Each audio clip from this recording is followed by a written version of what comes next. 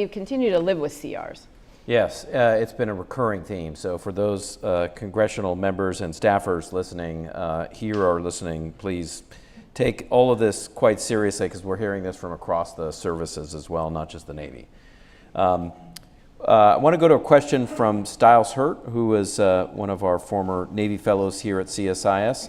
And this goes back to Project 33.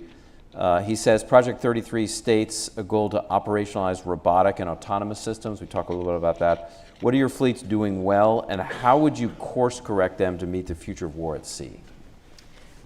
Well, I think the fleets are doing a great job, and a lot of this initiative is really coming out of the fleets, starting first in Task Force 59, then scaling over into 4th Fleet, and now 7th Fleet. And I think the really good things that they're doing is that they're sharing what they're learning.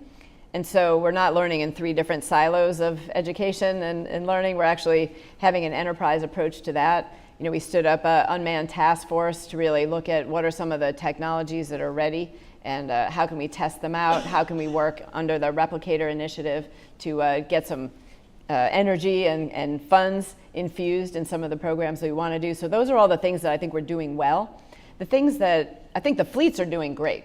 Where the challenge is really on my end, which is how are we setting up the infrastructure to be able to support and train to integrating these robotic and autonomous systems. So that's what I need to do. Making our type commander the owner of these individual systems. So our surface type commander has the USVs, the submarine type commander has the UUVs. So we prepare for the man, train, equip, operate.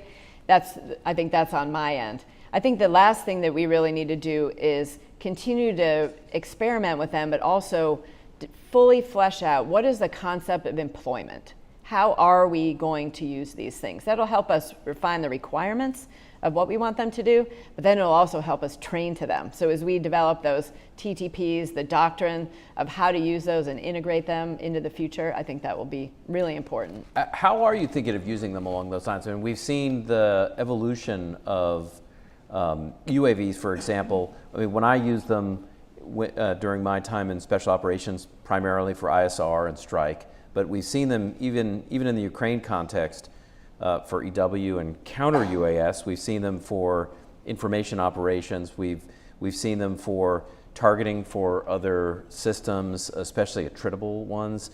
How are you thinking about the utility, including underwater? I mean, some of the war games we've been involved in here, the underwater systems are actually quite useful. They're more difficult in some cases for our adversaries to see and monitor those. So how are you thinking about sort of using them? Yeah, I think, well, you described a lot of the ways, that we were thinking about using them, but certainly they're already doing maritime domain awareness, so that's one. That one to me is a little bit of a no-brainer. And when you talk with a lot of our allies and partners, especially those with big EEZs, and they really want to have a better perspective on what's going on in their EEZ, this is a low-cost way to have that information and then be able to see, all right, this is the normal pattern of life, here's an anomaly, let me get something over there to look at it. You could see them being used in large scale in South America. If you want to look at counter drug or you can see them used anywhere, counter illegal fishing, because again, they can get out there on patrol and you don't have to devote your people or your own manned platforms to be able to do that. So I think that's one that we're already doing. I think you mentioned another one, certainly where can you use their stealth? How can you get them to be able to see, sense things and provide that information back? How could you potentially have them a lethal one, further down range to be able to extend the range of your manned platform?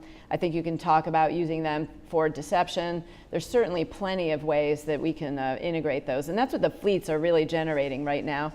How do they, and again, we didn't talk too much about this yet, but about, how do we expand the Navy's contribution into the joint